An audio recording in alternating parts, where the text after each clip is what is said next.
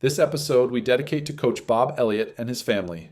We thank his family for their sacrifice and supporting his calling as a great leader of men. A great coach and mentor to many, he left us too early, but not without a deep impact on all those who knew him. We learn a lot more than the journey of football on this one.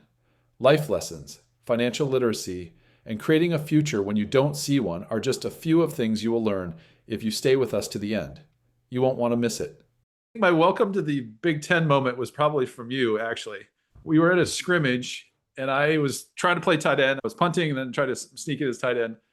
And I was in with, I think, the second or third team. And I got in, which I was super excited. Got open, went down over the middle, caught the ball, and it was like, oh my God, this is amazing. And then met Chris Jackson. And it was like, oh my God, I don't know what just happened. And was probably one of the hardest hits I've ever taken in my life, I must say. And then to add to the punishment of that, I get back to the huddle, and Ryan Driscoll, rest in peace, he slapped me in the head so hard that I think I probably got my second concussion from him.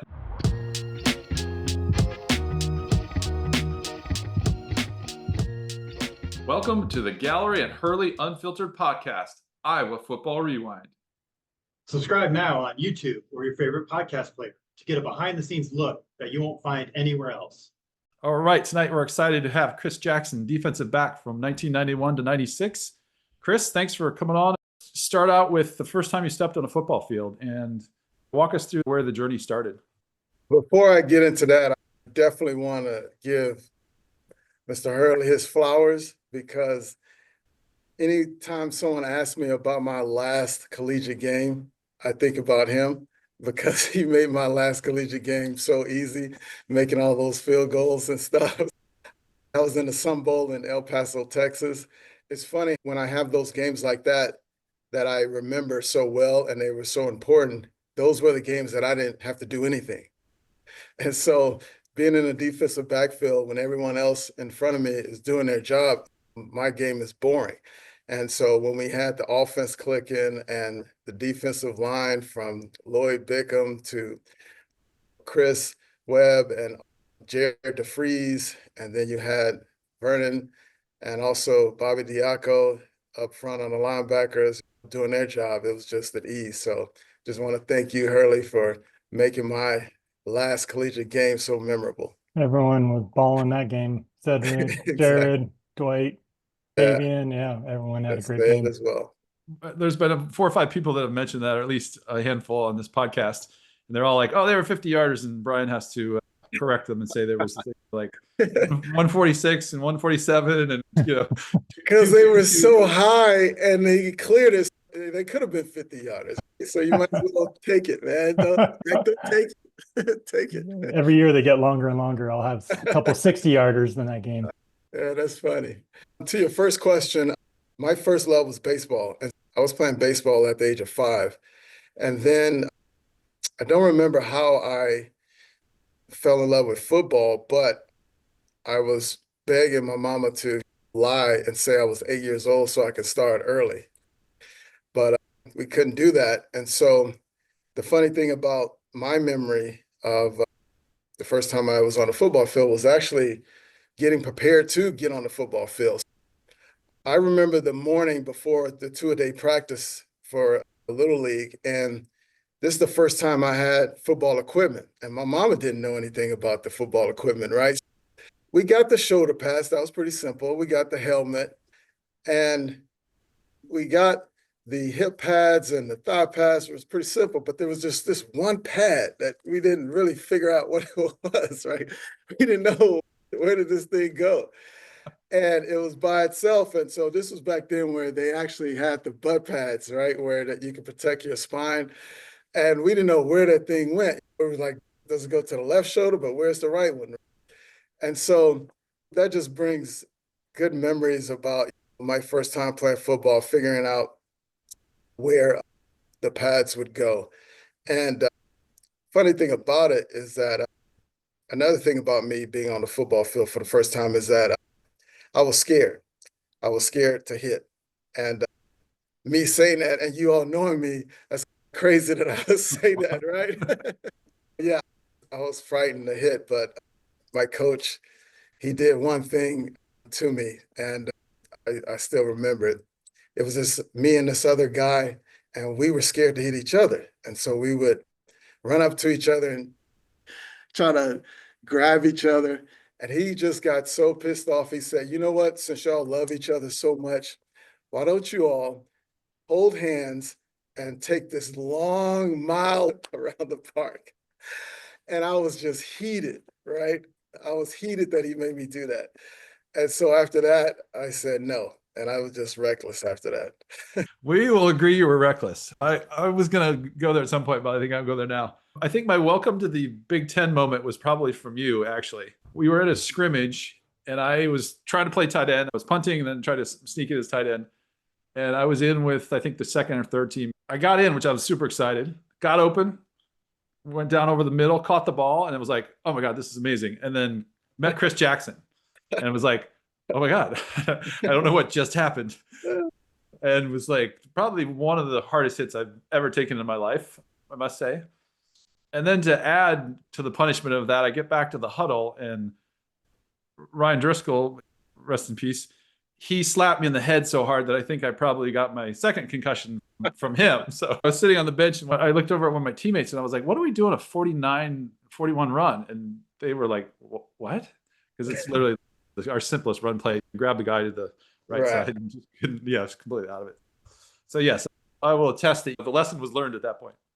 And those were the days where no matter what you felt or how you got up, you were just right back in. They weren't even screening for any type of concussion or anything like that. Yeah, I do remember those days. Yeah, luckily I think I was walking in circles, so they were like, I don't think you can go back in. So I was self-adjusting myself there. I'm sure everyone wanted to tee off on you too. It's like, all right, a punter. Yeah, they're like, these guys have been sitting around all day. We need to beat these guys up a little bit. Put them in their place. Yeah. No, I actually wasn't like that, man. I enjoyed my purpose, my zone, and having that helmet on was like an alter ego. I wasn't like that off the field. I remember in high school, a lot of people didn't even know I played football because I was that kid that had those rayon shirts and also those penny loafers. I was a nerd during the day, and in the afternoon, just this football player. And I enjoyed both of them. That's great. Tell us a little bit about your love of baseball. Who was your team? How'd you get started in that? What drew you to baseball? First of all, Astros all day, every day. I know I'm going to upset a lot of people out there with that, but I grew up with the Nolan Ryan era, the Mike Davis, the Kevin Bass, sorry, not Mike Davis, Glenn Davis, Alan Ashby, Kevin Bass, Jose Cruz, all those players, right? And I watched them religiously. I was just in love with baseball just for the fact that I like to steal. I stole a lot of bases, and I just like to compete. What stopped me from playing baseball was my love of football was just even more, because with baseball, stop and go, and it wasn't always action. But with football, there was always action and also always contact. And I played baseball all the way up until my junior year in high school. And going into my senior year, someone was trying to take my position in football because in Houston, spring practice happens at the same time as baseball season begins. And so I had to make a choice. And so I picked football over baseball. And were you always on the defensive side of the ball?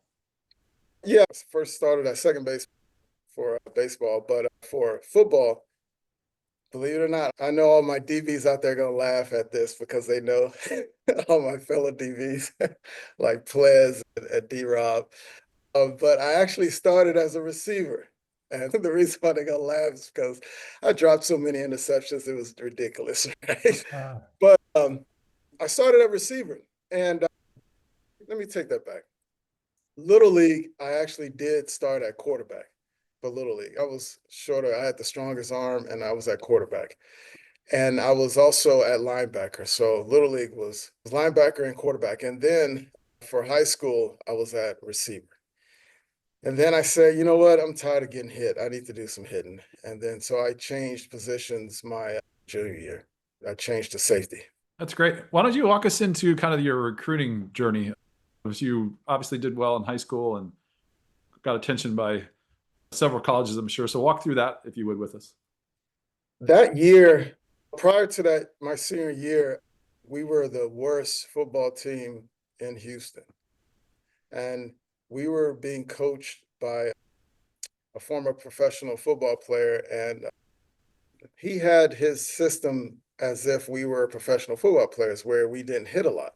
And he thought that you can coach a high school team just like you can coach a professional football team. And so you can't do that. We have to hit, we have to go through the training to get the techniques down.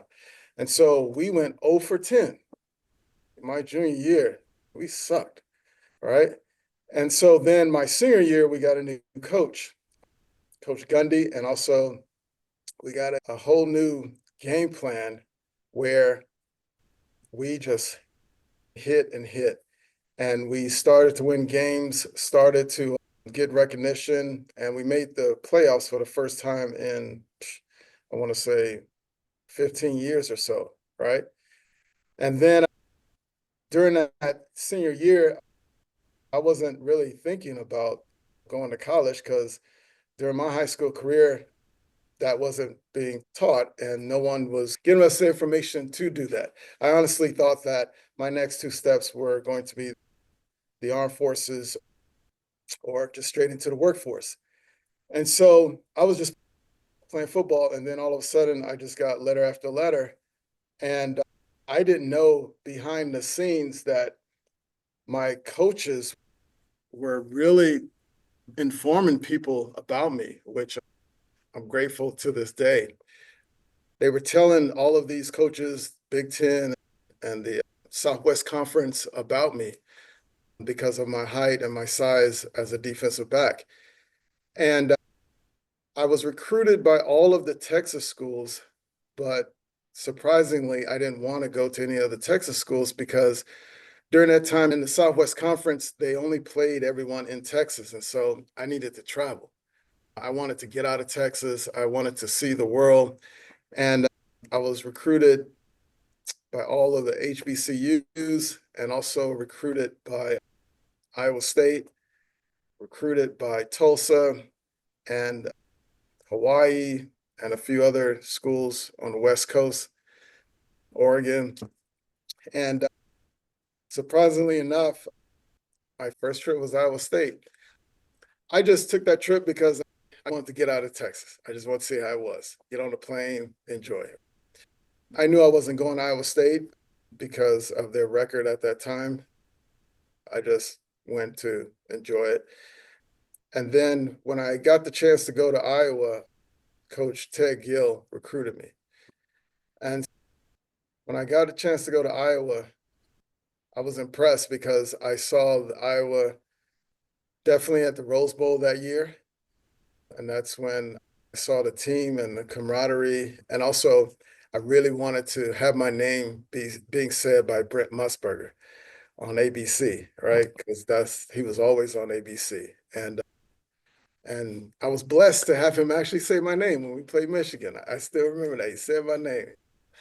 So it was an uneventful type of recruiting because I already knew where I wanted to go.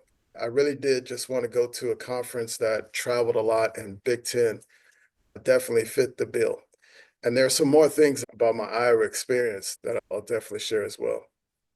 Did you take any other visits besides Iowa State and Iowa? Yeah, I went to Tulsa and also went to, I was about to go to Hawaii. Oh, I was trying to make that happen so bad. But they had this rule that you have to commit before they give you the ticket. Does everybody go for the free trip? Yeah, of course I was awesome. going for the free trip. All right. Going to Hawaii because they weren't that great at that time either. And then after Iowa, I had a few more trips, but I just committed. And I don't know why I didn't take my other two trips. Michigan State recruited me, and I don't know, I can't remember why I said no to going up there. UNLV recruited me. Yeah, and I said no to all of the other schools in the South. Texas. I could have went on those trips, but yeah, when I went to Iowa, I was sold. And I still don't remember exactly why, but I know why now after that experience. Do you have any interest from like Rice or Houston, like Yeah, right there all of them. locally? They all okay, but Yeah, all of them. But I needed to venture out. I wanted something different.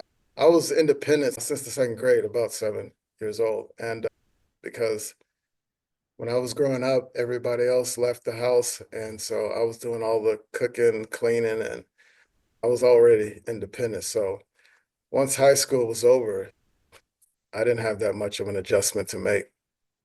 And so elaborate a little more on that. Is that I'm always interested in the mindset or I guess like how like you gotta get into a certain groove, I think, to get to a certain level in sports. And so was it people around you? Was your family into sports? Or was it just you being out on your own and seeing a path that you wanted to go down? Talk about your mindset, if you would. I look back at it now, and I think my mama put me in sports because she knew that I was a very active young man. And at the same time, she knew that I needed some structure and also some male role models in my life. My father was, I saw my father, but he wasn't consistently in my life while I was growing up.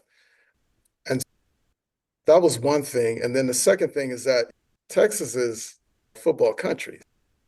That's just what you did, whether you were good or not. When you were 8, you signed up for Little League, Pop Warner football.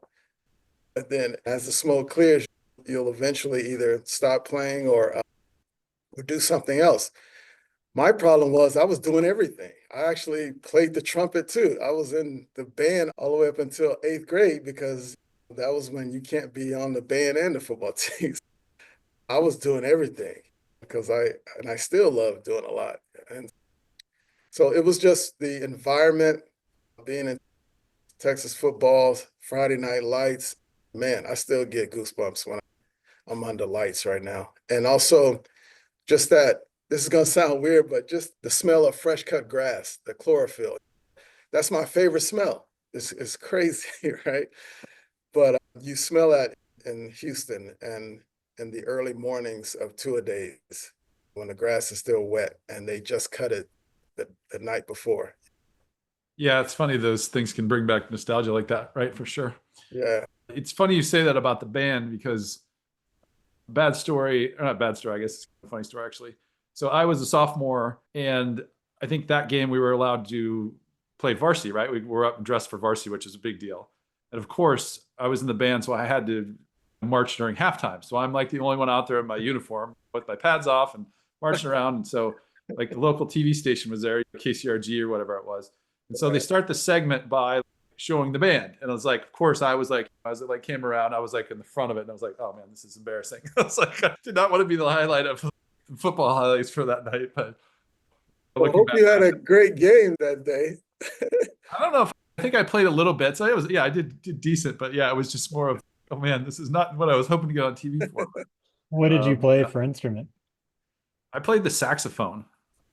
I wanted to play drums, but I think like in high school band, they line up all the kids and they're like, okay, there's 25 kids that want to play drums. Exactly. That Yeah. happened to me too. Yeah, of course, I want to play drums, and I still want to play drums. That's another thing that's going to be on my bucket list. I will learn how to play drums. I have the rhythm and everything, but that was my first love. I want to play drums. And so I think they were like, let's do the clarinet. And I was like, oh God, no, thank you. They're like, what about the saxophone? And I was like, all right, that's okay. That is cool, right? Yeah, cool. And then I think I ended up there like, let's do the tenor sax. Yeah. It goes from the thing that's this long to like this 4-foot thing. I'm by myself and I'm half paying attention half the time and whatever. So I mix up counting and yeah, so it's just like, it was a joke. But my dad gave me the option of either going out for everything in school or working. And I was like, okay, I'll do whatever I have to, not to lift rocks and do those things. So yeah, it was a funny experience that way. Definitely. That's great. And you said, what instrument did you play? Sorry. I played trumpet. Oh, trumpet. Nice. And I made it up to third chair. I'll never forget this young girl. She played the French horn, so it was in the same section, and I could never beat her, man. I was third chair was the highest chair I ever got up to, and I could never beat her. She was just a natural with it. She was playing that horn, man. It was just beautiful. So could That's never beat awesome. I think the second favorite was the trumpet was like the next thing that people were like, that was awesome. her. Yeah. Trombone and all that. So yeah, and those high school, such a diverse time, such a fun, yeah, wide open time. So it's cool. Yeah. So Ted Gill was your recruiter. Did you like connect with Coach Elliott soon after, or like how big Oh a part man. did he play? Oh man. So this is honestly, this is the main reason why I wanted to come on and speak to you about my experience at Iowa was specifically because of Coach Bob Elliott, man. So I'm really gonna try to not get crazy emotional, man, but let me just start from the beginning. I remember when Coach Elliott first saw me and I was just raw, right? In high school, I really just ran around the field just knocking people out. That's all I did. I had no skills, no defensive back skills, no footwork. I just saw the ball. I was like the water boy, right? Bobby Boucher. That's all I was. I just was running, finding the ball, smacking. That's all I was doing. I had no skills, right? No footwork, nothing. And on my recruiting trip, Coach Elliott catches me in the parking lot. He's like, Chris Jackson, let me see that stance. And I posed, giving him stance, and it was garbage. I was this high. I wasn't even low. And he looked at me, he's like, that's the stance I like. That's the reason why you coming to Iowa. And it was garbage. That was my first introduction to Coach Elliott. And then so when I came to the university, the first thing he did was he put me at cornerback. And he worked my feet relentlessly. He had me go over and over with footwork. And what I noticed about Coach Elliott is that he was a real student of the game, student of everything. So I was really looking up to him from afar. I wasn't always in his face, but I was constantly watching everything he did, soaked up everything he taught me. And so he was always encouraging us to get better. And when we used to have the one-on-ones, and I was a freshman, right? I remember all of the DBs, at least all the ones that were not starters. I'm talking, this was back when you had Scott Plate, you had Jason Ole, you had Brian Wise, all of the other, you had Eddie Polley, right? These were the older veterans, but everyone else that wasn't in that group, they were scared to try to go one-on-one with Dana. All right. And I noticed that, and I said, look, I know I'm not at that level yet, but I'm going to continue to work on Dana. And every time I got a chance, one-on-one with Dana. And of course, at the beginning, he was eating my lunch left and right. And just Dana was just strong, right? He was just strong, big, quick, everything, right? And then one day, one day, after all those beatdowns, I actually held him to the point where either it was an incomplete or the quarterback just couldn't throw the pass, right? And so that was like the catalyst because Coach Elliott always said, if you want to get better, step it up. If you want to get better, practice against the best. And this is when I was really young.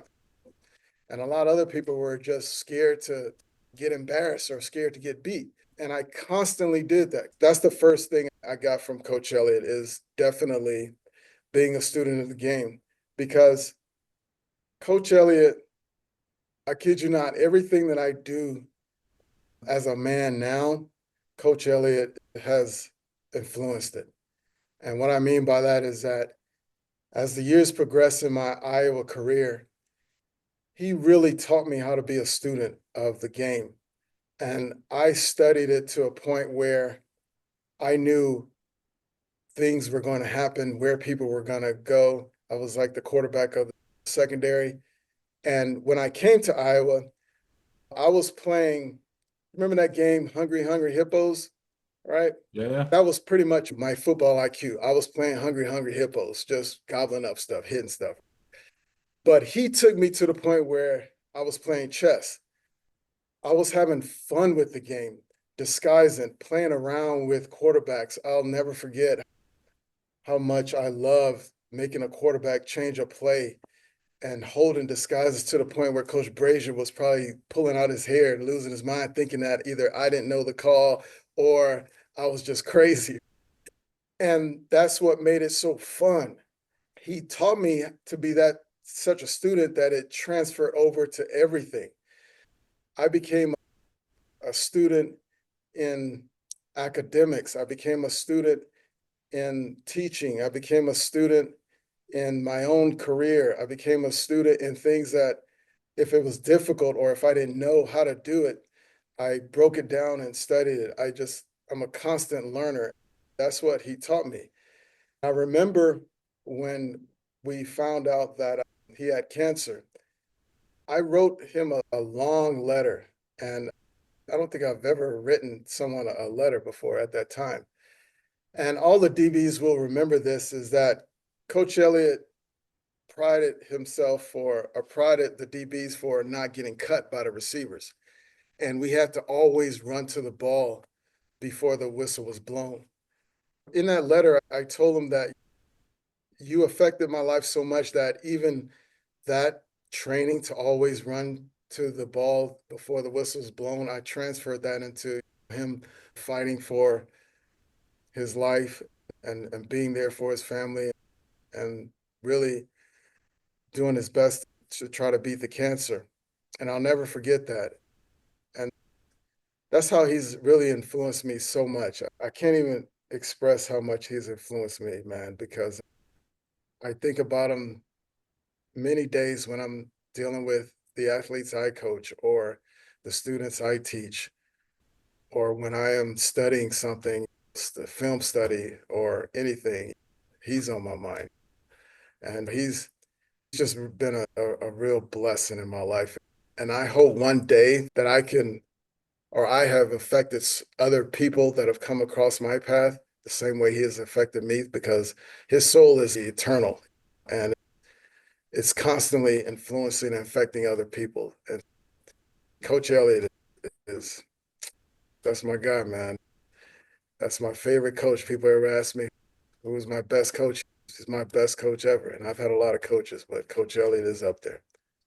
We've heard that same thing from other players too. Yeah, definitely comes up probably the most, Nick.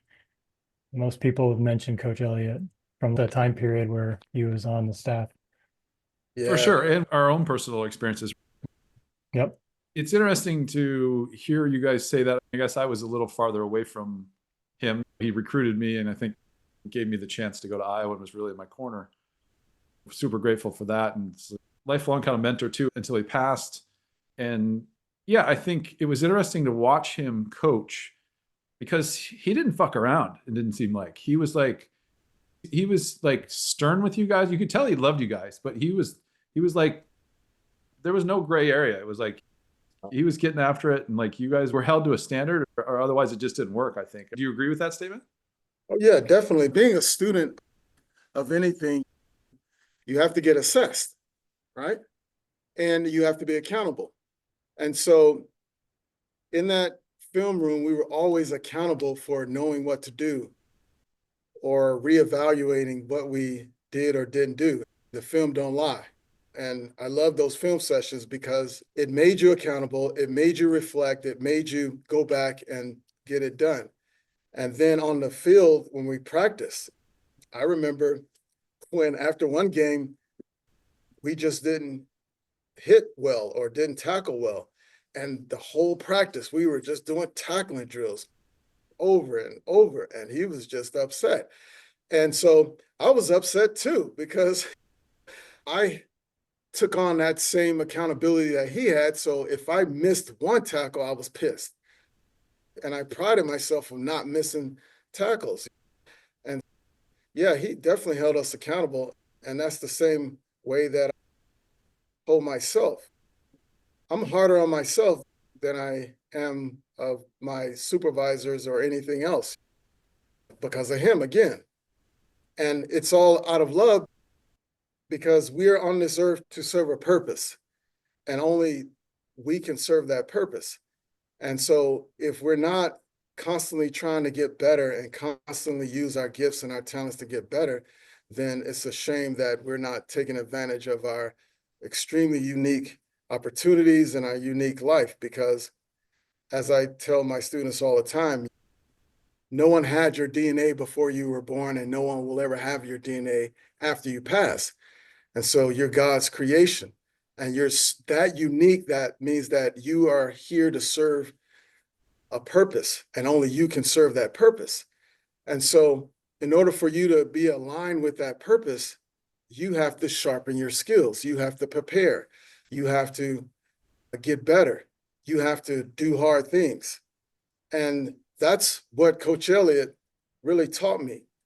And he taught me beyond football because, of course, my naive self thought that my purpose on this earth was to run around the field and hit people with a helmet. Right? When that all stopped, everything started to come together and transition. And I've been blessed to have that foundation that Coach Elliott has given me to actually walk into and be aligned with my purpose. And I'm very fortunate to feel that I am in my purpose, where I'm always in the zone. And athletes know the zone is rare because I've only had 2 instances where I was ever in the zone, where time is still and your body is disconnected. It's only your brain working, so you don't have the weakness of the body to get in the way. You don't get tired. Everything slows down. And now I'm aligned to my purpose, and I feel like I'm in my ikigai, and I'm so blessed to have that. And I had that foundation from Coach Elliott, and I just transfer all those things into my purpose. And that was my training ground, which was football. And so, again, much love, much blessings to Coach Elliott. Yeah. Thanks for going there for that. And I guess, to be fair, back at that time in the Big Ten, there was some generational talent that you guys were going against. Right? Yeah. There were some really good receivers that Oh, yeah. are going to have yellow jackets on, right? There was guys that were legit for sure. Yeah. And even with that said, and this goes back to Coach Elliott, is that we were always ranked top in Big Ten pass defense. Always. 100 yards a game or less for passing efficiency. 14th in the nation. And so this is stuff that all goes back to Coach Elliott, because other teams in the defensive backfield were playing checkers and we were playing chess. And it was just fun. Making people do things, making people think that we're in this and that. I really loved disguising. It was just fun. At first, I thought hitting was the fun thing, but no, it was really disguising. I got more joy sometimes out of disguising than hitting, because hitting can take a toll. So, yeah, so that again goes back to Coach Elliott. Yeah, we've heard a lot of guys talk about getting into the zone, and once they got to a point where the game slowed down and they saw the tendencies, and that's where they really like had a lot of fun. Usually shined quite a bit. So it's interesting to hear that. Yeah. You get to that part where it's second nature and your body does what it does and your brain clicks off and sees it for what it is. Yeah. Yeah. And you don't see, I don't know. I haven't been in the football world for a long time, but I don't know how much defensive secondaries or defensive coaches are really talking about disguise as much now, because there's the offense is just so powerful these days, and it's just constant pass. I'm not sure, but yeah, those are just great times and just having fun with playing football. Yeah, I think when we spoke before, you'd mentioned that all your colleagues were going to be surprised that what football player at one point, right? You hadn't really taken that persona forward with you. Yeah, a lot of people didn't know I play football. Even now, it comes out every now and then. I think right now, like I said, I'm aligned with my purpose is that right now I'm all about educating. I'm all about being a disruptor. And what I mean by that is that there's many different cycles, like family cycles that you may not be proud of, right? Whether it be financial issues, whether it be parental issues, things like that. And every now and then there has to be a disruptor to stop those cycles, those negative cycles in your family, right?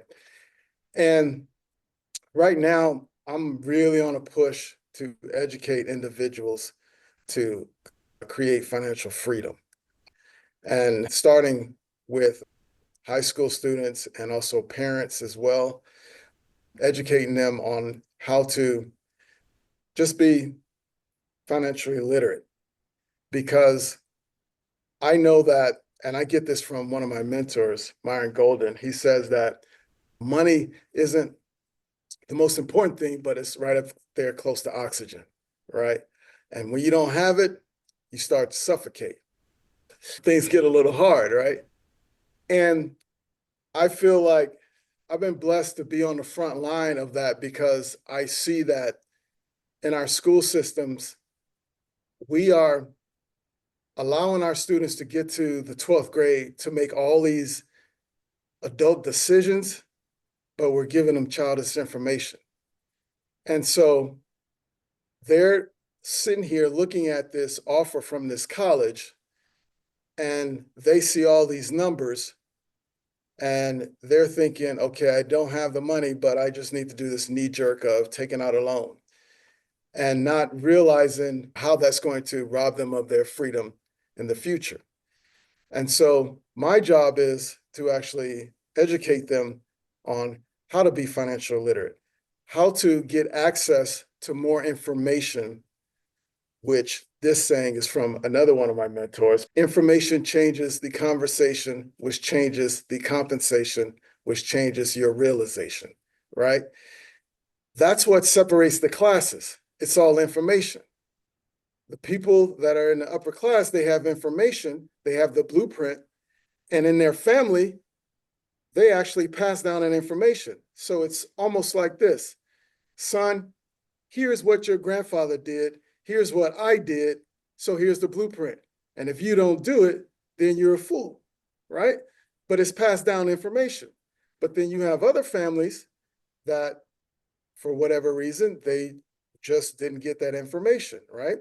And then so it's my job to actually give these students that information so that they can be that generational disruptor, and then they can take it to their parents, and then they can influence their children. Soon as individuals walk into my class, the first day I say that my whole objective is to touch your children's children. That means I'm going to influence them, and I'm never going to meet them in my entire life. And that again goes back to Coach Elliott, being a student and influencing. He's still influencing my life, and that's what I'm trying to do for students that come across my path. And it's just so much more to me. I take it personal. Like, just like when I was on the field, I took it personal as far as my job. I walk into this classroom and I know that I have to plant seeds to affect people that I'll never meet in my life. I have individuals that have made decisions to where, because they took my class, they open up their IRA, they are investing in index funds at 18. In my class, we have a saying that 18 is the new 25. And the reason why 18 is the new 25 is because you see all these little stats talking about, if you start at age 25 investing, you'll have this much and this much. And we're like, bump that. We start at 18. We're going to get 7 years on that. Because the reason why they say 25 is because they think, oh, you got to be in a buttload of debt for 4 years, and then you got to go back and move to your mama's house after you get out of college because you don't have any money, you can't get a job, blah, blah. And then once you find this little entry-level job, then you can start investing. Man, forget that. We're doing things differently here. So they start their IRA, they invest it, and then they already are financially literate to the point where they have their high yield savings. They automate their life, they automate their financial situation. And then here's the kicker. In California, there are multiple ways to go to college absolutely free. And that's all about having the information.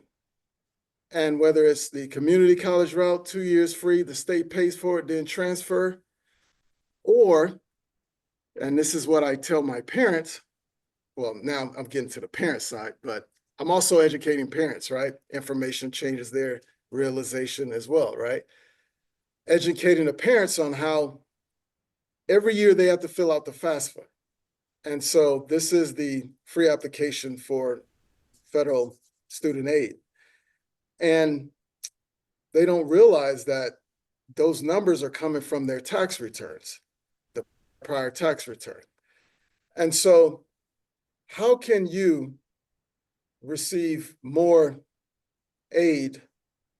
Because right now, we know that inflation's going up. We know that you may have other kids that need education, right? And so I give them tools such as max out your retirement account, your 401k, max it out, because that's going to decrease their adjusted gross income.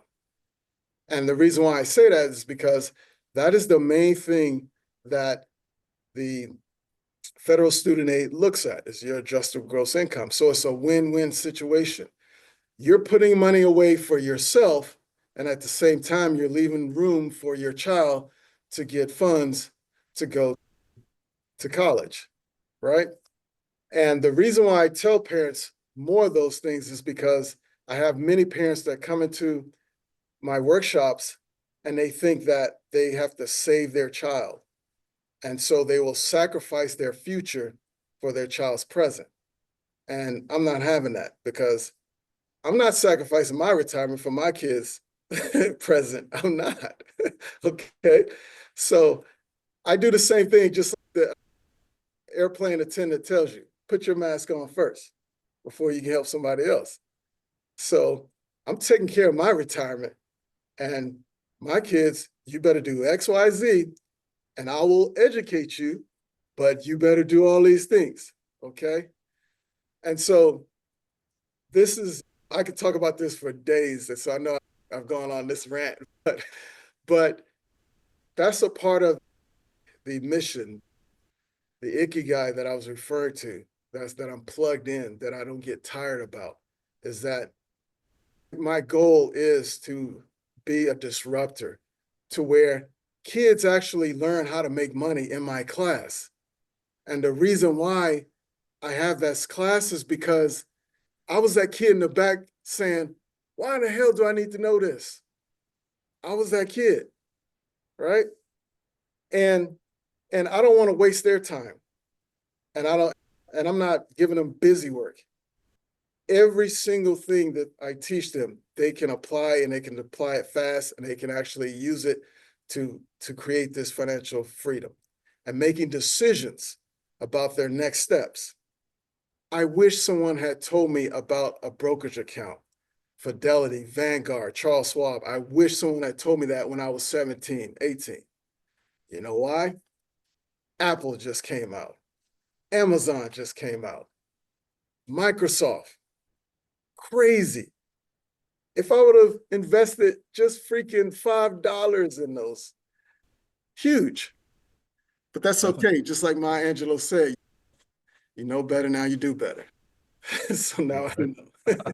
I'm just thinking about like when we were in the dorms, like as soon as we got into college, you got credit card offers every day. It was just bombarding with that. And you're like, I can get $500. Like no financial education, no background, no idea how a credit card works.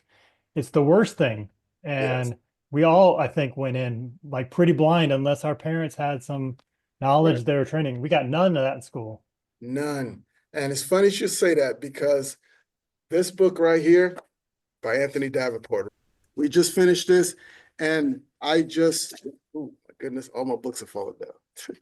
I just finished a documentary, and I like to scare my students straight as well. You remember Scare Straight, where you go to the prison? I got a lot of financial literacy Scare Straight videos, right? And I just taught them how credit is just like fire, right? Fire can heat you some food, it can keep you warm, it can save your life, or it can kill you, it can destroy. And it's the same thing with credit.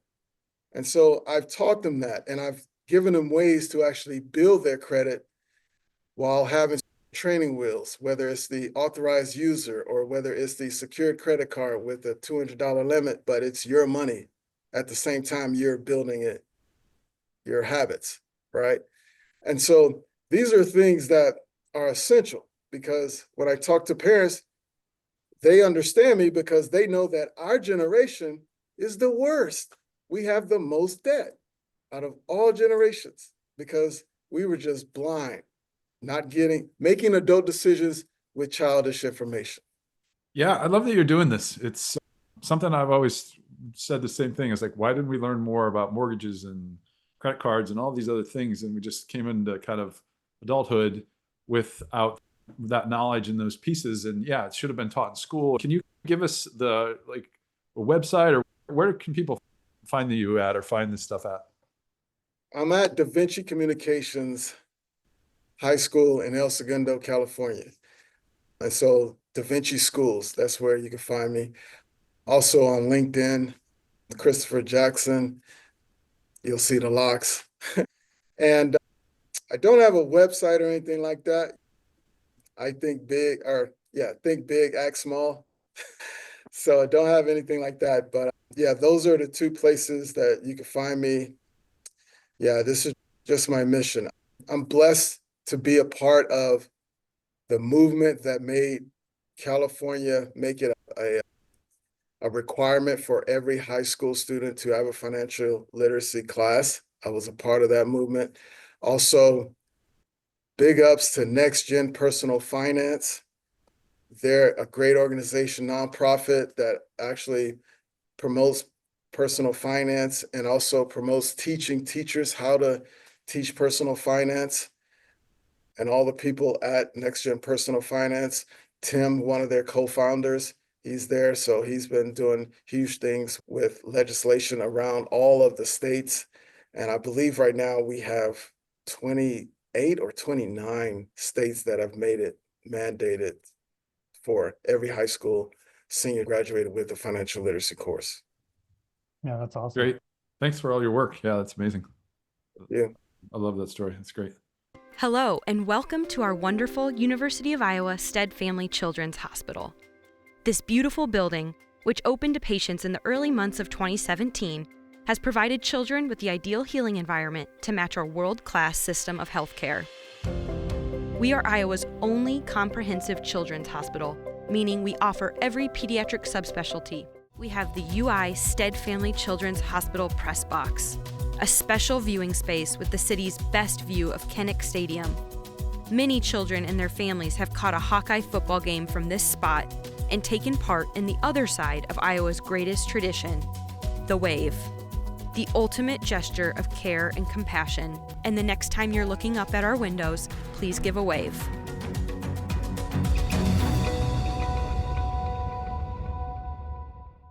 You talked about when kind of light bulb switched for you. You're going up against Dana and then you start competing with him and maybe beating him finally.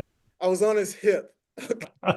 I didn't beat him, and the quarterback didn't throw the ball. I didn't do anything. He should have been a tight end too. That wasn't fair. Yeah. You shouldn't be able to run that fast being that big.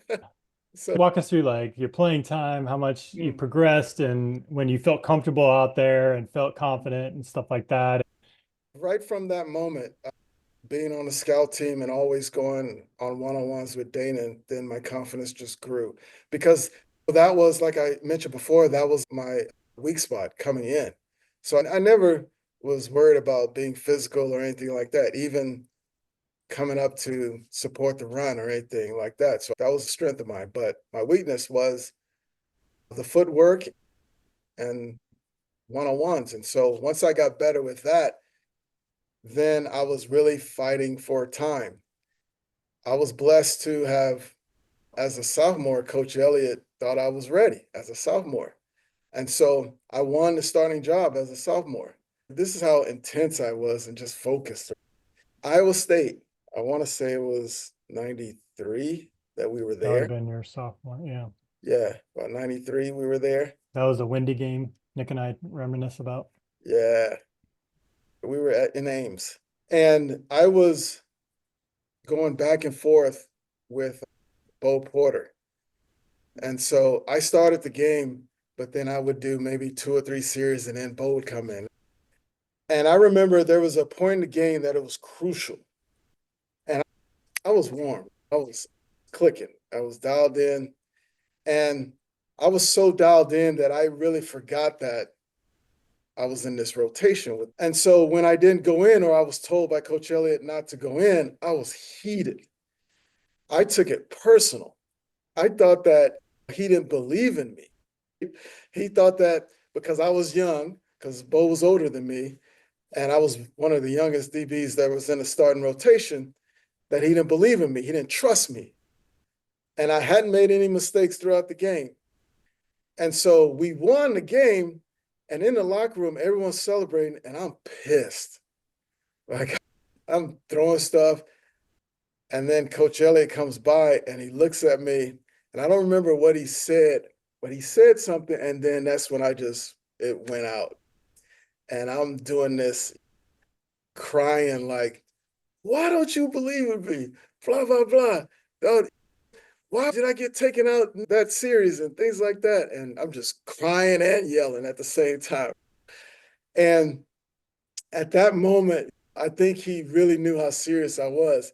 And he let me go through that. And then afterwards, after going through all that, he reminds me, but it was Bo's turn, right? Because he was in that rotation. And I'll never forget, after that game, he just let me loose. Like, he let me call everything. I forgot, what was it called when we had to answer questions before the game in front of everybody before we went out? Do y'all remember that? Oh, like the call out or whatever? I forget. Yeah, I know what you're talking about. Yeah, each position, Yeah. they would throw you questions about the game plan. Coach would probably give me one question, right? After that, because he trusted me. That's what he kept showing, that he trusted me. And that was really a turning point, to where when I knew that he had that trust in me, that's when I even got deeper in studying, being a student of the game. And I took pride in making sure that D-Rob and T. Knight and Eddie Gibson and all the rest of my DBs knew where to go, because I had to make the call. And I took pride in getting them in the right position all the time, no matter what. And so that was really a turning point right there. I'll never forget that. I've got a stupid question. You were safety, right? Yeah.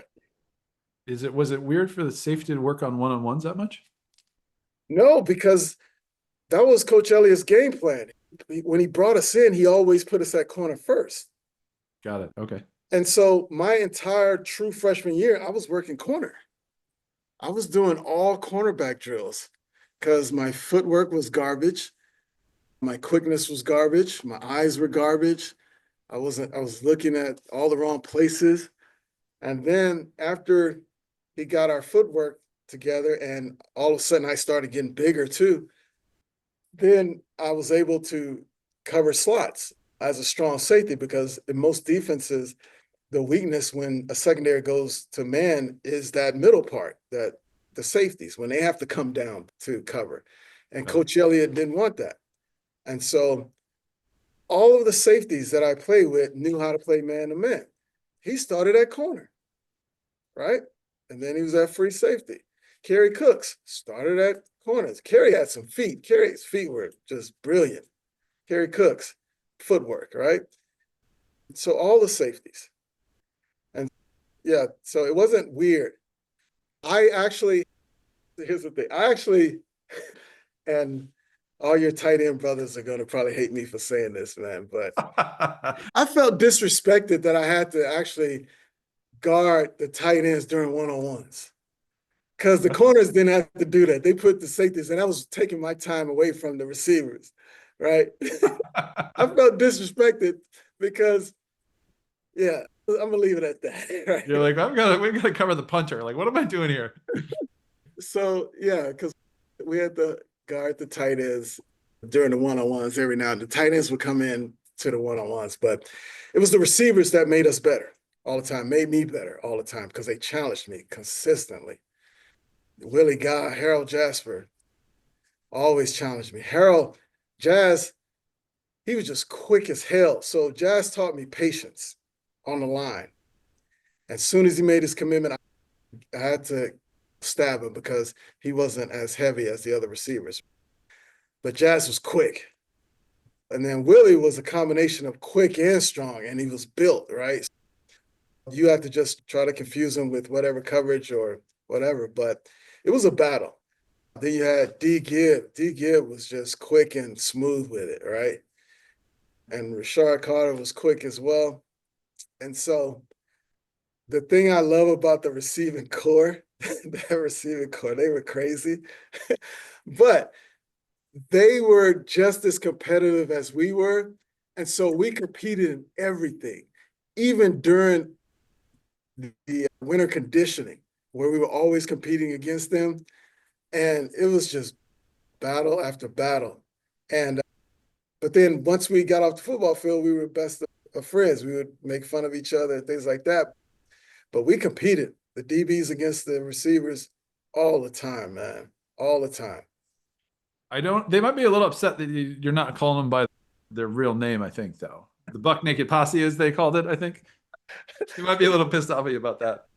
I'm keeping it PG here. See, I'm not even going there with them. That's great. I'm curious. Take me through a play of what you're looking at, right? You go up, you're surveying the scene, you're seeing what formations, motions, all that kind of stuff. Tell me what you're looking for, the way people are lined up, their feet, like their body language. Like talk me through that. So I'm gonna go big and then I'm gonna go small first, right? Okay. Two of my favorite defensive players are Ed Reed and Ray Lewis. Two of my favorite players. And what I love about them, they were relentless on film study, right? Constantly, already anticipating, seeing the small things, right? And so that goes back with Coach Elliott. Coach Elliott was really student of the game, showing me how to read film, showing me how to read stance, showing me how to predict where the formation is going, showing how to actually take a section of the field with two of the receivers and already know their combinations. Or if there are three receivers, already know their combinations, right? And so as the offense comes out of the huddle, I'm already looking at the whole thing. Okay, so I already know that it fits the coverage that I already called or Coach Brazier already called, so we go into it. Now, as soon as I see that, I already know in my head, if they move this motion, I'm already knowing what coverage to go to because that's the one that matches. So I already have the coverage call to change to already in my head so that there's no hesitation. So that, again, all my other teammates know where to go and they go quickly. Then once that is set, then I'm automatically lining up in a coverage that is disguising the real coverage. The majority of the time, whoever's on my side, whatever other cornerbacks on my side, they always knew that they have to match me because it's not going to fit the disguise that I'm trying to pull off. And so if I'm up in the 8 box, if I'm 8 in the box, then I need to have that corner either up or at least within 5 yards because it looks like I'm playing some type of man or I'm blitzing or whatever. He cannot be off. Knight was really good at this because Knight loved to play bail he loved to play zone. He was always playing close. He loved that.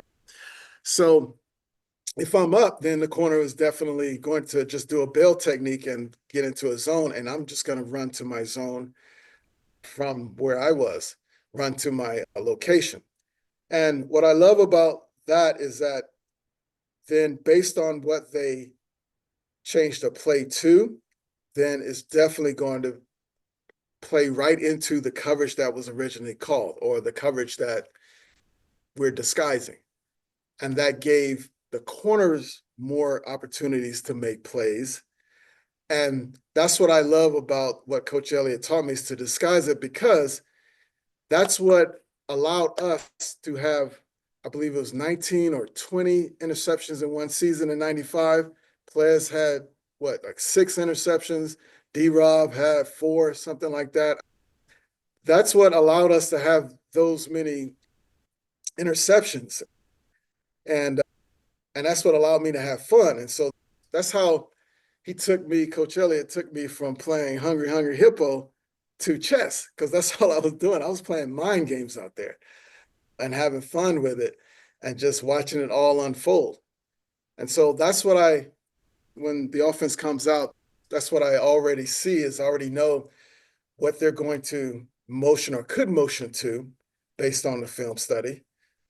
And then also what disguise would best fit them to change that play, because most likely that play that they called could hurt us. And so I want them to get out of that play and then change into a play that actually falls right into the play that we originally called, or the coverage.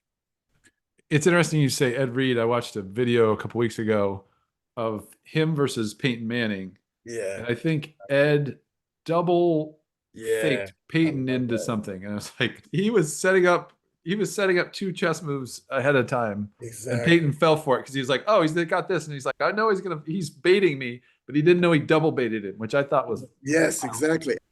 I did that maybe 3 or 4 times in my career. I couldn't do it a lot because college quarterbacks, they don't have a lot of freedom to make a lot of play calls. So they're going to just run the play because they're scared to audible, or they don't have the ability to read in an audible, or they only got one other play that they can go to. And they may catch me in a bad position. So I didn't take a lot of opportunities to double moves, but there were a few times that I tried it. Yeah. The question I have is, so you prepare weekly for these teams coming in, and you have an idea of what they're going to run. How many times did you get completely surprised by a play? Is that very often? I guess you probably didn't, maybe, unless it's like beginning of the year or something. Or is there plays that they're like rolling out every week that's like, okay, we got 5 new plays that no one's ever seen? You know what?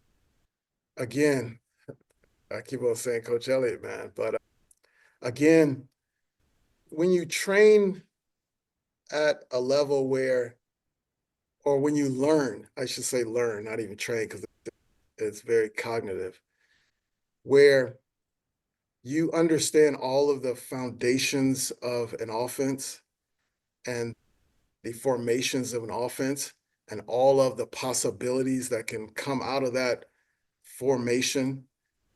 There's not a lot that will surprise you, right?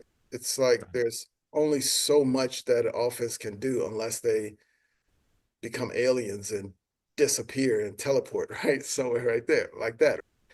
So we studied the formations, we studied all the patterns. And so the only difference is that you had some teams that would run the same type of play that everyone else is running in a different formation. And we would see that on the film, okay? There are some teams that would run different pattern routes with different positions. So we would already see that. So I don't think I was ever surprised at play. There were only 2 plays that I just disliked because it was always hard on me. And the first play is a screen. I just didn't like screens. The reason why I didn't like screens is because with a screen, you had to be honest, right? You couldn't gamble. And so I had to drop in my pass coverage. I had to, because people were coming in there. But then when they dropped the screen, now I got to come up. But now, instead of handling these 180-pound receivers. I got to deal with this freaking 260 lineman thinking that he can be a running back. Gosh. And I'm the first defense because they let all of the D linemen in the backfield. So here it is. Here I am.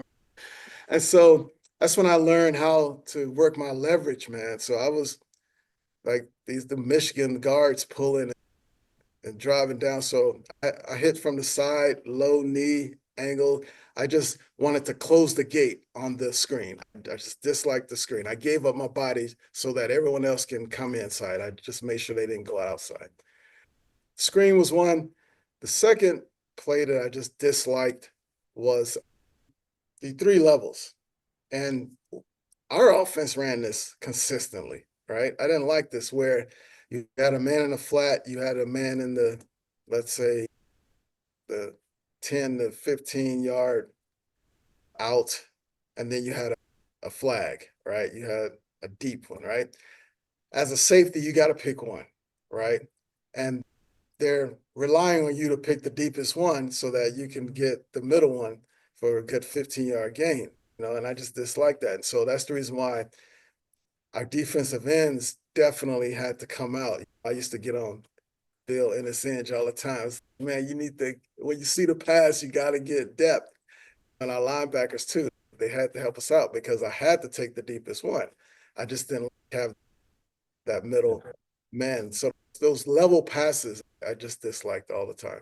You mentioned my book, Douglas, right? And the reason why I have this book in this classroom is because I get kids that think that their external circumstance determines their future, determines their path in life, right?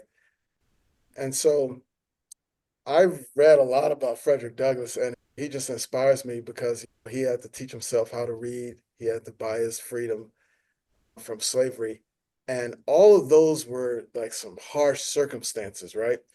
But what made him overcome that was his determining factor, which was the inside. He was determined to learn how to read, determined to buy his freedom, determined to be a great orator of and a slave activist, right?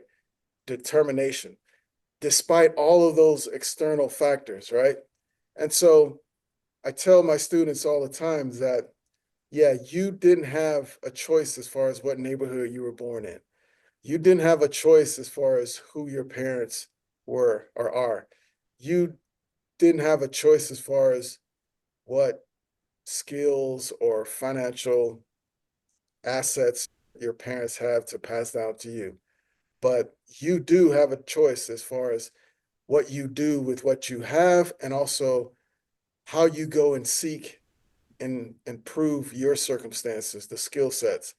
And I say that in this class especially because that's the whole purpose, is to give them information that will change the way they think, change their conversation, which will change their compensation, to actually buy them freedom, and then ultimately their realization. Because it's expensive to be broke. It really is. It's expensive to be broke. When you do not have money, or if you don't have the financial literacy, everything costs more. Everything costs more because you compare it to how you're trading your time for money, right? And something that you have to pay, you have to give up 2 days of your life to pay for that one thing. And so if you don't have that literacy, then you could be in a situation where you have to pay more to get your lights on because you don't have a great score. And so now you have to put a down payment because of your credit. You have to pay more. If you want to get a car payment, you're going to have to pay more interest because of the financial illiteracy. It's just a vicious cycle. And that's what I'm trying to end. I'm trying to end that idea that just because that's all you saw doesn't mean that's all there is. And believe me, if he believed that, he would never have done all the things that he did. And his circumstances are way harsher than they are for us now. And that's why I take it so freaking personal when I step in front of this classroom every day, because I know the ancestors, my ancestors, and what they've done and given up and sacrificed for me to be able to stand in front of them as a Black man to teach multiple races, right? To teach multiple races, knowing that there was a time in our country where they wouldn't even have given a Black man an opportunity to be a teacher. And I know I already stick out like a sore thumb because there's not that many Black male teachers. And so I use that as leverage as well, right? And every year I ask my students, how many people have ever had a Black male teacher? And these are students at their senior year. And I kid you not, probably out of 150, 2 or 3 say that they've had a Black male teacher before. I am their first, right? And so I take it personally because I'm either going to prove what they already believe, or I get a chance to disprove what they already believe about Black males.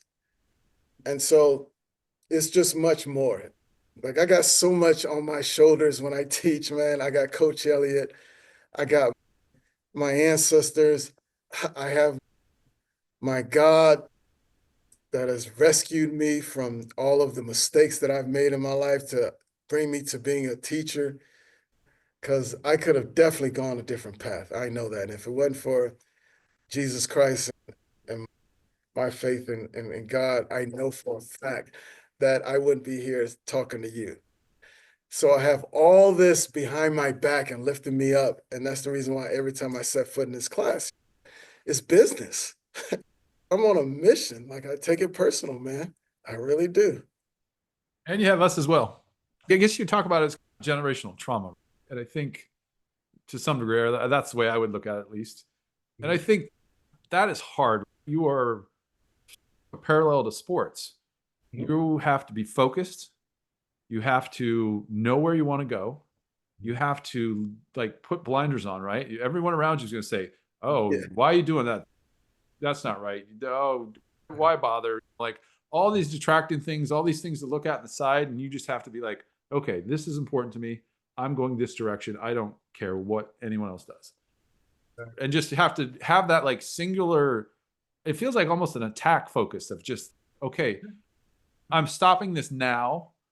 And I love you talking about that, because I think there's things like that just from parent to parent, you're just like, it just creeps in, and it's like, when's this stop? When do people just say, okay, they did that, we're doing this, and this is a better path forward? So yeah, I love that part, that just, Yeah. what things just don't serve us, what things can we Right. have hard conversations about, work hard at, and just plow through years and years of just things that just don't help anyone. And as athletes, I'm sure you heard this phrase that winners don't quit. And that is such a lie because winners quit all the time. They quit stuff that's taken away from their energy. They quit relationships that are being cancerous to their emotions and cancerous to their spirit, right? They quit doing things that cause them to lose time, lose energy, lose money, and get away from being efficient, right? Because I realize that it's like the older I get, the selfish I am with my time. Like, I know that I cannot get things back. And so I'm going to use the time that I have to do my utmost. I'm going to be there.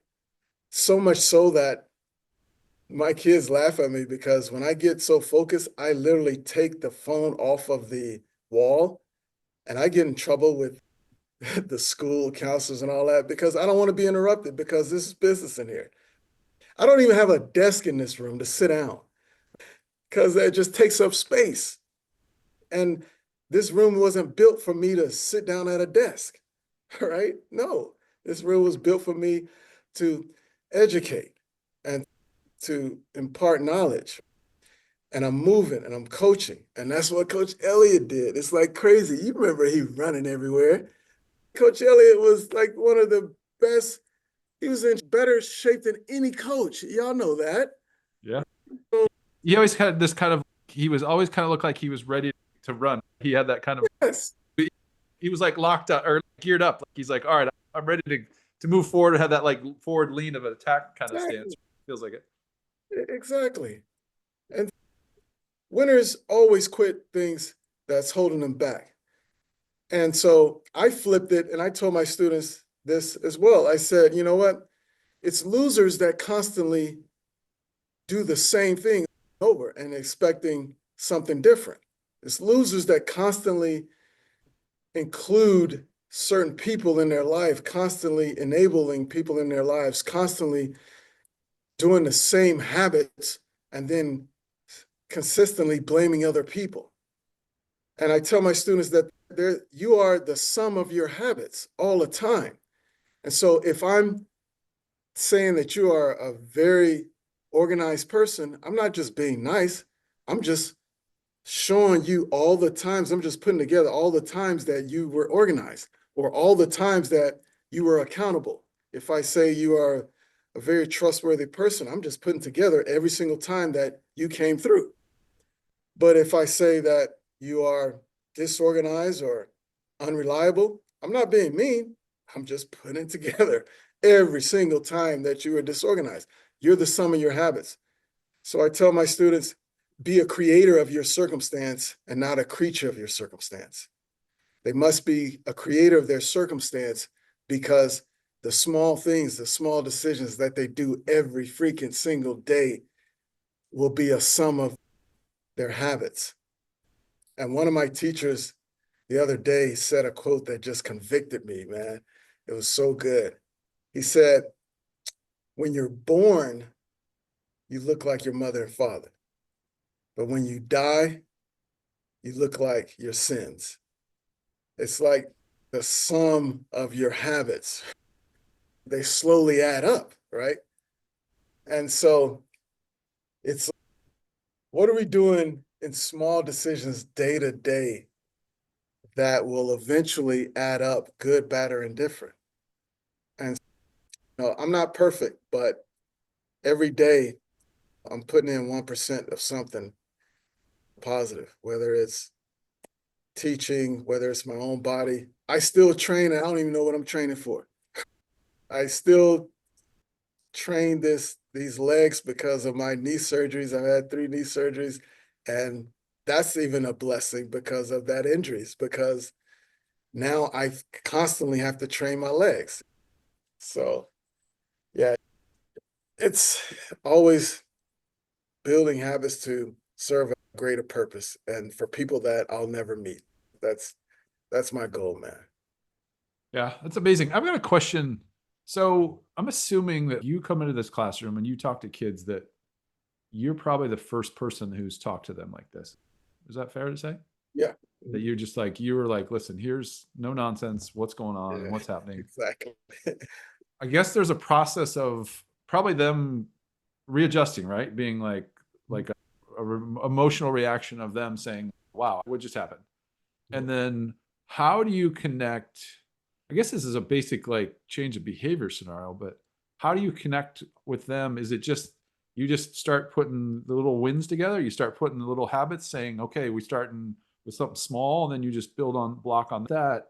How do you get that done? Because it feels like a huge task. It's a big lift, right? It's a mindset. It's a buy-in. I guess it's like sports. Yeah. You've got to get someone to say, hey, I see your purpose. I see your vision. I see your path. I'm coming with you and I want to do this.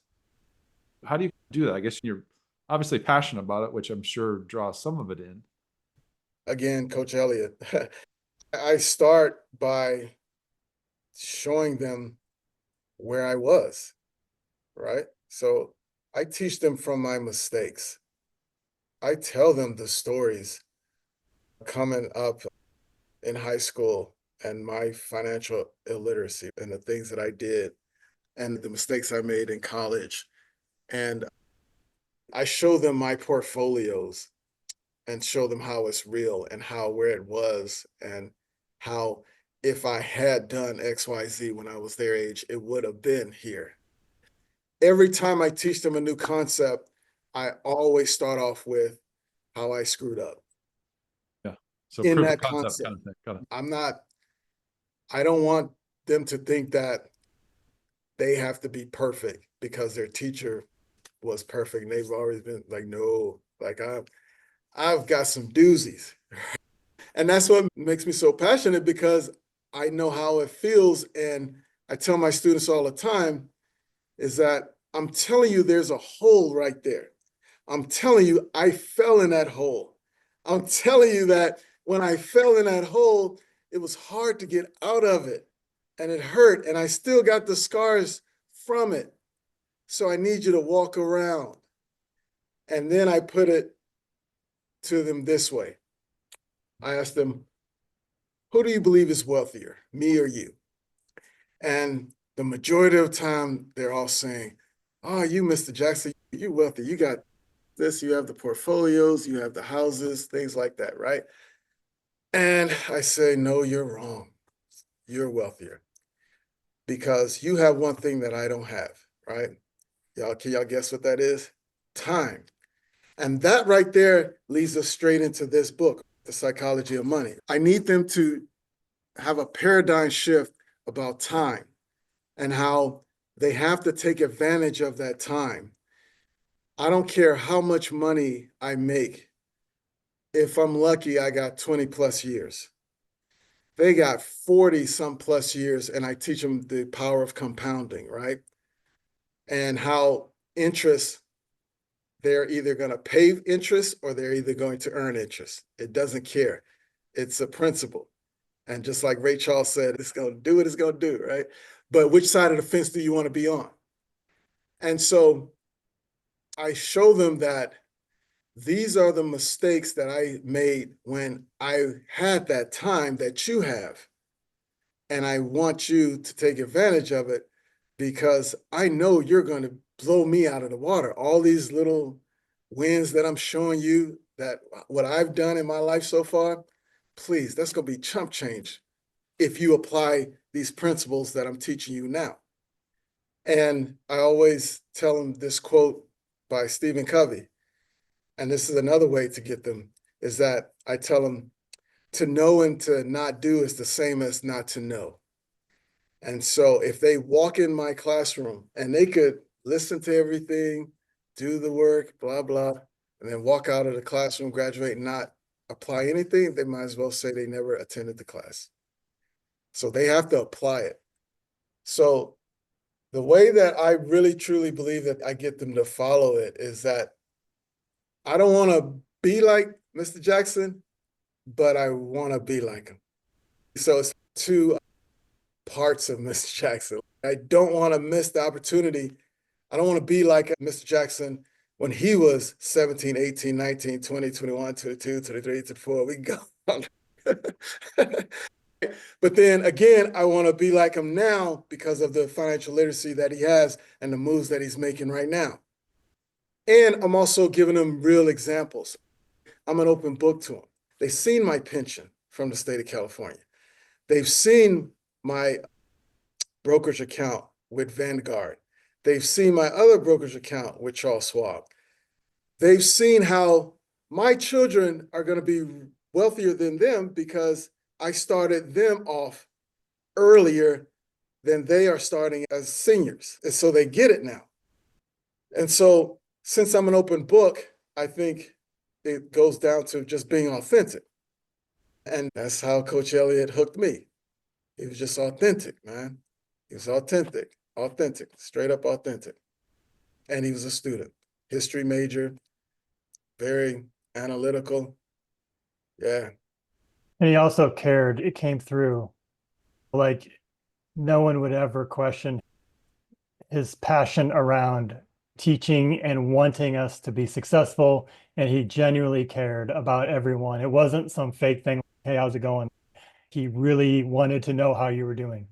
And like, Yeah. he wasn't my coach, but every time we interacted, like he genuinely actually wants to know how you're doing. He wants to make sure you're okay, and he cares about you. And that is just something you can't fake and you can't pretend. And I think that's why people are still talking about him.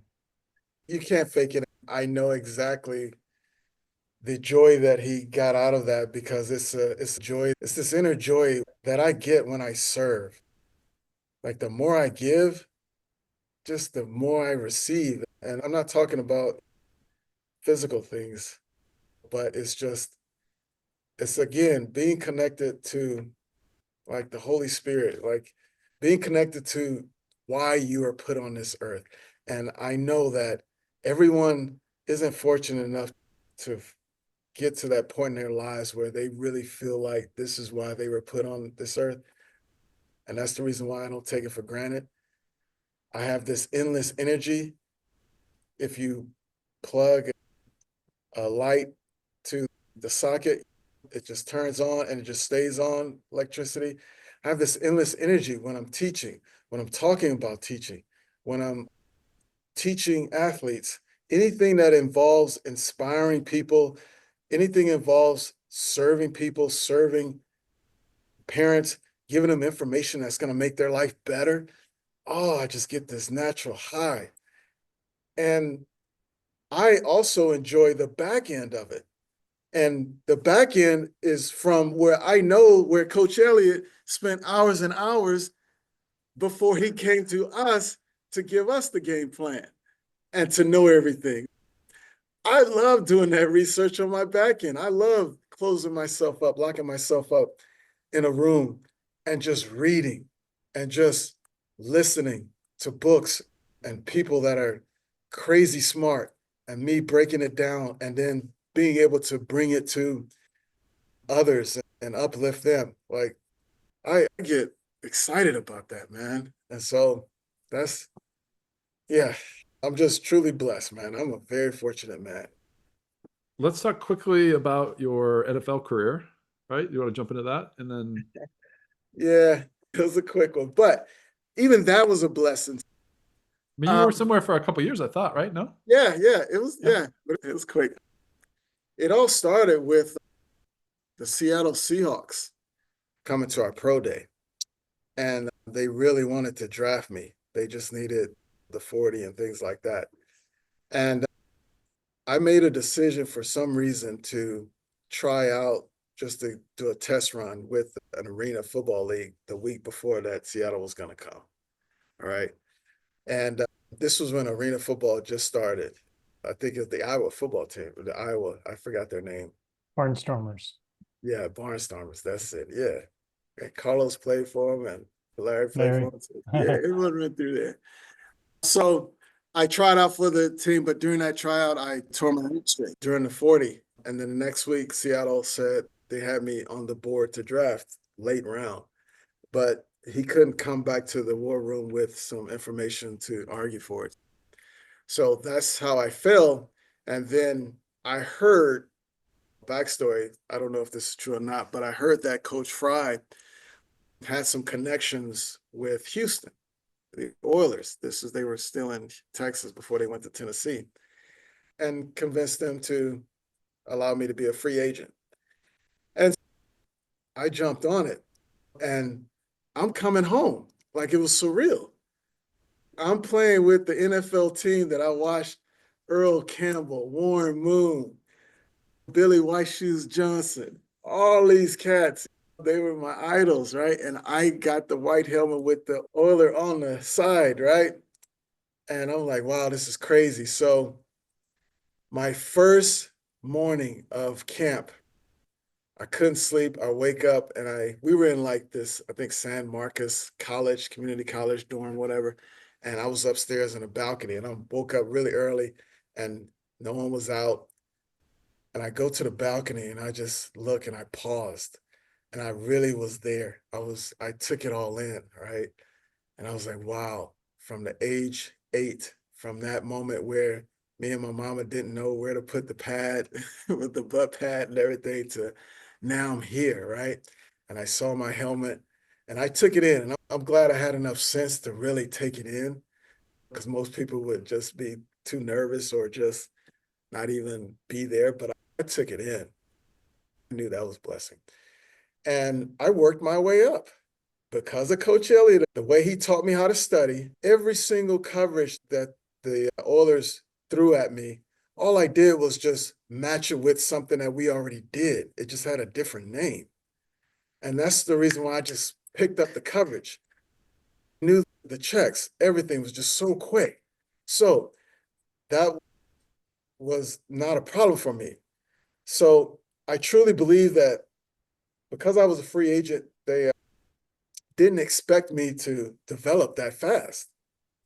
And so I beat out all their defensive backs that they drafted. I beat them all out, right?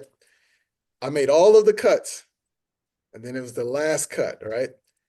And so my agent told me that they were going to cut me because they would have to take a huge loss with the draft pick that they pick. I'm not going to mention his name or anything, but because, yeah, if they would cut him, then they would take a loss in that guaranteed money, so to speak. That's what my agent told me.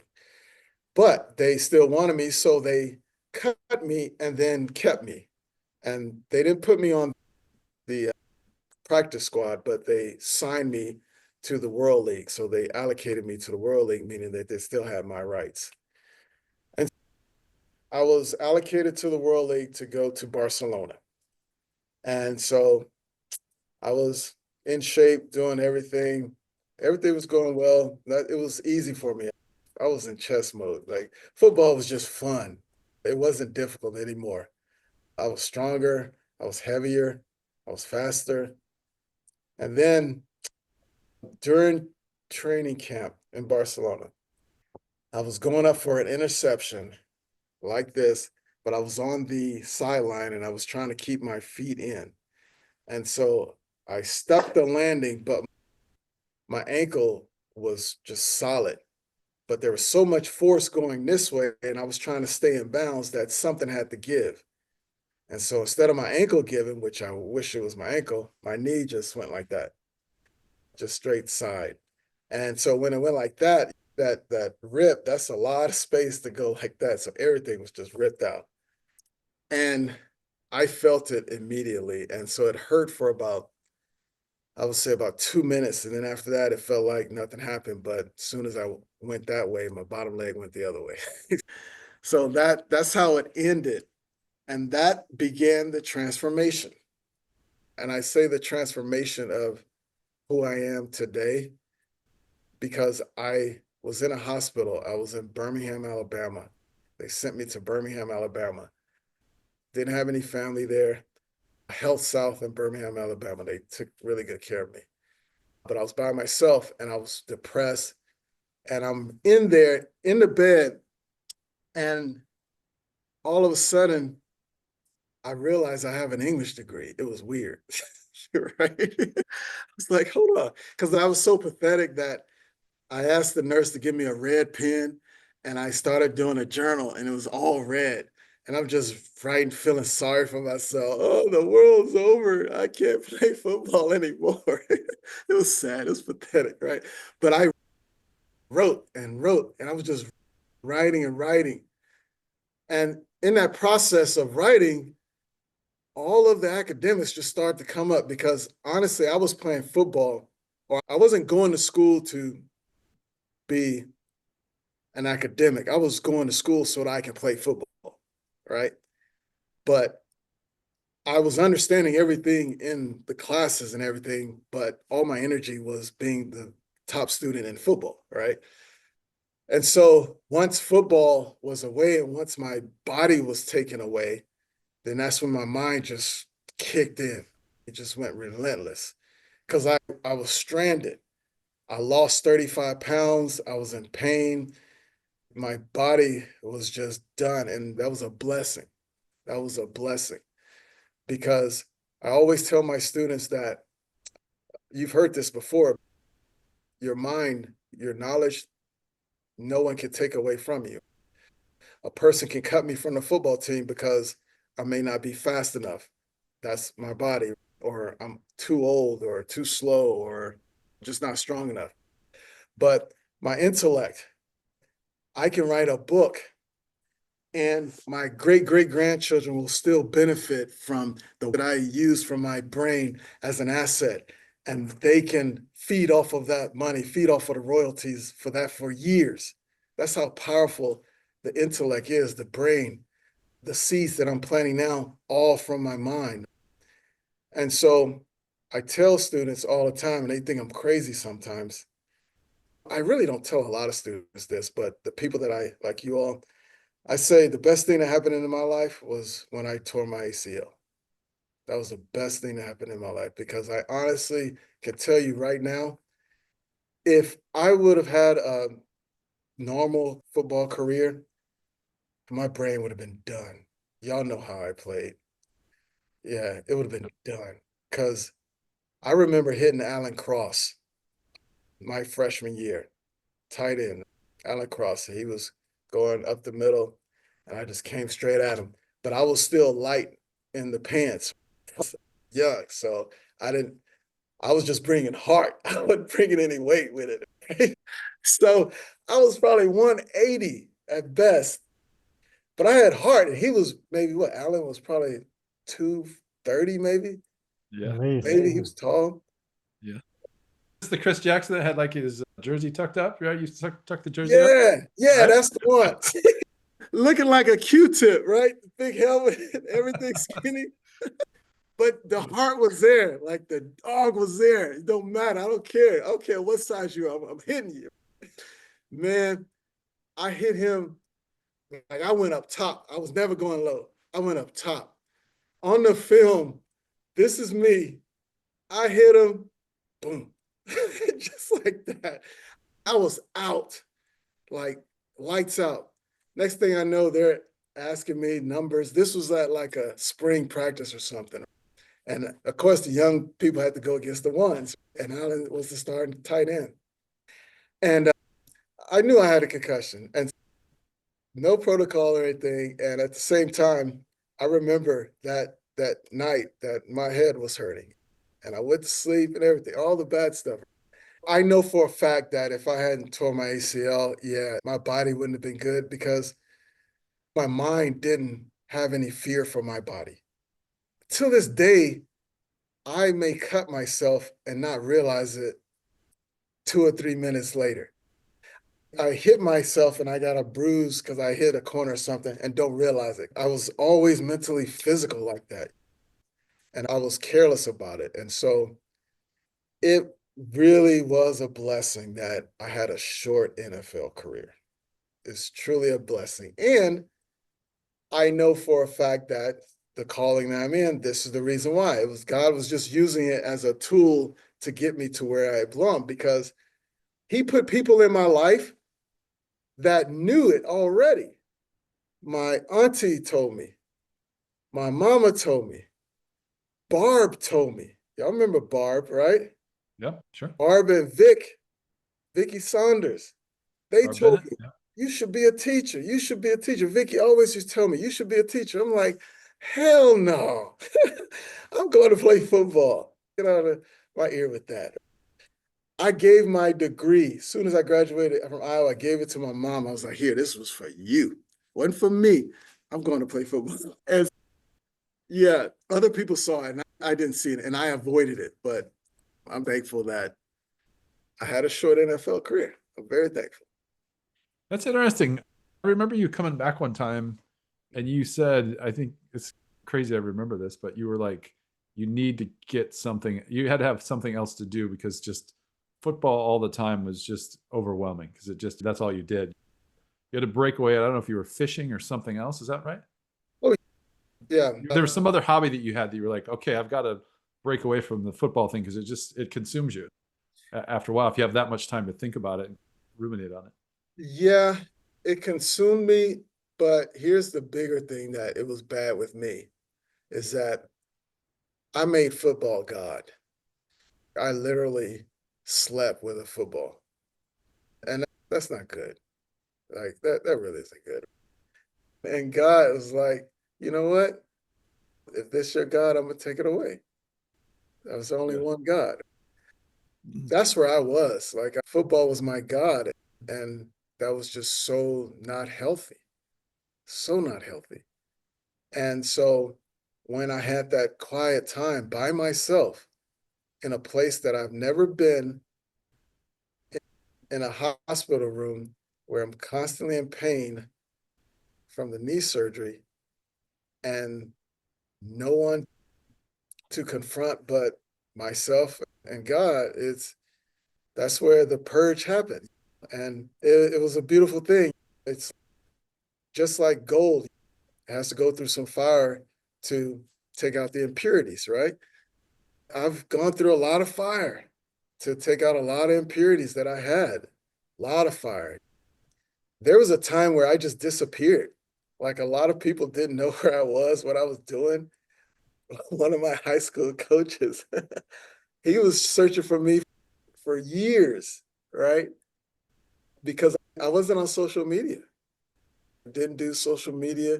LinkedIn is my first social media account, but the only reason why I didn't, because it aligns with my purpose. You look at my social media, LinkedIn is purpose, right? So I wasn't on social media. And during that time that I disappeared, I was going through that purification. I was going through a lot of purification, man, a lot of it. That transition from football, but also the transition to being a man, the transition to getting to know God and understand what it means to live a faithful life and an honest life, and get to the understanding that I am not my own. That's what really convicted me and really opened my eyes, because when I thought that I was God, then I would do things that say, oh, I'm not hurting anybody else. It's just me. But in reality, we're all connected, right? So if I do something wrong, someone else is going to feel the pain, or someone else is going to be emotionally attached to it. And so when I realized that I'm not my own, and I can maybe deceive a person or do something behind closed doors, but at the same time, God is always watching me, then that made me realize I am not my own. I'm God's, and he's always watching. So I don't have to have someone wondering if I'm lying, wondering if I'm doing something wrong, because I don't need another person to catch me. I know that I'm always watched, and I know that I'm not my own God. And I know that my actions will always affect somebody, good, bad, or indifferent. Yeah, it's interesting to go back to what you were saying about, is that healthy? I think I've debated that a lot, of if you're going to be successful, you've got to do certain things, and some of it maybe isn't healthy. Is there a healthy way to do it? I don't know that answer. I think it has to be singular focus. You have to sacrifice, and what does that sacrifice look like? Is it mental? Is it physical? Probably. Does it need to happen? Is that the way it's always been done? I don't know. That's what's interesting. It's like, how do you break apart the pieces of how people get to where you've gone or other people have gone? How do you get to be a Hall of Fame football player? Or how do you get to be a president or something like that? What is that? Or is it a chip on your shoulder, whatever? So yeah, I've thought about that a lot. You need to read Ryan Holiday, his books. Amazing, right? About stoicism? Yeah. Yeah. After I stopped playing football, I just devoured books, right? Ate them up. But Ryan Holiday has, I don't know where he got it from, but he has this quote that says, what's in the way becomes the way, right? So when you said that, how do you get to a point where you do the hard things to get where you want to go, or to accomplish what you want to accomplish? There are a lot of times that you have to put the hard things first so that it'll be easier later on. And that's another principle that I try to give my students, is that there was a point in time that I just didn't like squats, right? Who really loved squats? You remember being in high school, all we cared about was the bench, right? We wanted to have the curls. We didn't mess with those squats, right? They hurt, but that was the foundation. And so now in order for me to be stable, especially with the knee injuries, leg day is my favorite day because that's the way, right? Learning new skills. Yes, it's hard at first. Everything is hard first. But what separates the winners from everyone else is that they understand that, and this again, this is from another mentor, Myron Golden. He says that when you believe it's not working, it's actually working on you. And so when you're struggling to try to learn something new and learn new concepts and try new things or change old behaviors, right? It's a slow process. And so you have to be consistent and understand that it's supposed to be hard first, because once the momentum starts to move, once you start to get better at it, then it's going to be easier all the way through. And I can just compare it to tying your shoes, right? You don't even think twice about how to tie your shoes. You were struggling at the beginning to learn how to tie your shoes. Hell, you were struggling to learn how to walk, but you just kept doing it. Now you don't think about it because it's easy. But if you would have given up because it was so hard to walk, then you would not be able to walk. Or if you would have given up to learn how to tie your shoes, you wouldn't be able to tie your shoes now. It's definitely embracing the struggle. That's the best way I can put it. I embrace the struggle because I know what's on the other end of the other side. I know what's on the other side all the time. Yeah, I love it. Hurls, what do you think? You got any more questions? Yeah, just so tell us how you got to the finance stuff. So you were English major, you didn't study finance. What made you get into that deep? And then that led to all this opportunity and work that you're doing now. But I missed that part where what switched for you on the finance. Yes. So, right. So I came in teaching English. So I was working with high school students crafting their college essays and really helping them put their DNA on the essay so that they can separate themselves from everyone else, because I didn't want them to have a Frankenstein essay where they're just, I did a little bit of this, a little bit of that, and there's no DNA, no double helix that separates you from every other application. And I became really good at it, being a student of how to pull out their person's individuality and put it on paper to show that they are interested in XYZ, right? And as I got deeper and as this competition in me from football and being a student of the game saw the success of getting many people in the UCLA, Stanford, get 3 people in Stanford every year, 3 people at UC Berkeley every year, LMU every year, all the UCs, all the Cal States. After all of this success, I started to notice that at every turn after we get into the college, or after we get the acceptance and get into the college, there's all of these financial decisions and no one's teaching them the financial decisions. And I'm like, hold up. From K to 11th grade, we've been setting our students up for failure by not teaching them all of the financial decisions that they have to make in their 12th grade year that will be with them for life in many cases, right? And that's like saying, I'm not going to teach this person how to read or build upon the phonics and build upon the recognition and the fluency and the comprehension and the writing skills and all that, right? Up until the 12th grade. I'm just going to let it happen and then see if they can read something in the 12th grade, right? It's the same thing with financial literacy. So I said, there's a need right there. So I created a seminar, and I'm in a school we're in a building that's 3 schools in one. There's Da Vinci Communications, Da Vinci Design, and Da Vinci Science. And they all three have different pathways where students can actually get training to go to a different type of profession they're interested in. And so I created a seminar where I said, come one, come all. I'm going to teach you everything about money and these decisions. And I was looking for a solid curriculum, and I ran into the Next Gen Personal Finance.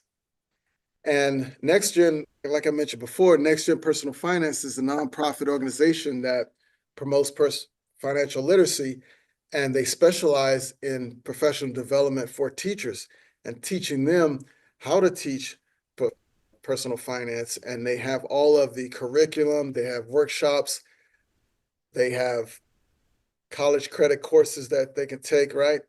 And so this was my jam. So I just went all in. Like I put the blinders on and I just went all in. I took everything that they had. I was on every call. I went to every workshop. I just went ballistic. I was like addicted, right? That's all I talked about. So much so that I would go into Walmart and I would look at that Walmart sign and it said Walmart stock is this amount. And I would go and I look at the person that works at Walmart and say, you know what? If you are not investing in Walmart, they're using you right now. Like I would actually get people to sign up to create a IRA in Walmart right then and there. That's how fanatic I was right there. I was like signing people up to Roth IRAs and just using that information I got. I was on fire, right? And so I just got better and better and better, became a spokesperson for Next Gen Personal Finance. They came to the school. The California superintendent came to the school, and I was just relentless with it to the point where I said, I want every senior to come through my class. I don't want to teach English anymore. I'm still teaching English indirectly because we're still doing the applications, right? But I want all seniors, and I'm going to make this a year-long class. I did this before the mandate. We were doing this long before people were trying to make it a mandate in the state of California, because it was personal to me, because I saw how blessed I was to not have to go through that. Again, thanks to Ted Gill and Coach Bob Elliott, Coach Gill and Coach Elliott, that made it easy for me to not even have to worry about making a decision about college and all that. But I saw these students having to make these hard decisions. And so when I created it, everybody just ate it up. And so me being a disciple of Coach Elliott, I was like, I got to get better. If I'm going to give them a game plan, it needs to be tight. And so that's when I just dove in. I took courses outside of Next Gen Personal Finance, taking courses, certified financial planner. Like I'm just eating up everything, like everything. I got books, reading it. And here's the crazy part about it. The more that I learned and the more that I served individuals, the better my bank account looked, the better my portfolio looked, because I was applying what I was learning. And before I could teach it, I had to use it. And so that's where I am right now, is that I'm trying to be more of a disruptor now beyond just financial literacy class. I'm in the works of doing something where I want a class where I get them to actually build a small business and making money while they're in high school. That's where I am with it right now. So I'm trying to push to be even more of a disruptor in terms of financial literacy. Like I want them to maximize that time being a teenager. Seriously. Because I tell them all the time, if you put youth with wisdom, it's unstoppable. I had just youth and I didn't have any wisdom attached to it. So I fell in a lot of holes. But if they take some of the things that I teach them and match it with their time and their youth, oh, it scares me. And I just tell them when they come back and they're millionaires and all that, just loan a brother $5. That's all I ask. Loan me $5, I'll make that bad boy compound. I'll get it going. Just loan me $5. That's all I want. That's awesome. That's So amazing. that's how it all started, man. Yeah. That's Yeah, great. we're I think we hit a lot. That's awesome, Chris. I Yeah, think it's it's inspirational and exciting, and Love your you passion. can hear the Yeah. passion in it. Yeah, and you're doing That's great great work stuff. with kids that need the help. Appreciate it. Everyone Coach needs Elliott it. would be proud. Coach Elliott would Yeah, be oh, really yeah. proud. Oh, man. Yeah, man. I don't know if you all know are still in contact with his wife or Grant, his son, or anything. But if they're out there, I just want to send this message to you all that your father is definitely still alive, man. Seriously. He's so much alive in my spirit. He's alive in his classroom, man. I just want to send that message to you, his wife, children, his son, his daughter, that your father, he served his purpose. As the Bible said, you did well, my good and faithful son. And that's what he did. And that's all I'm trying to do to get to that point, to be that to someone else's life. Yeah, because that's what he's done for my life.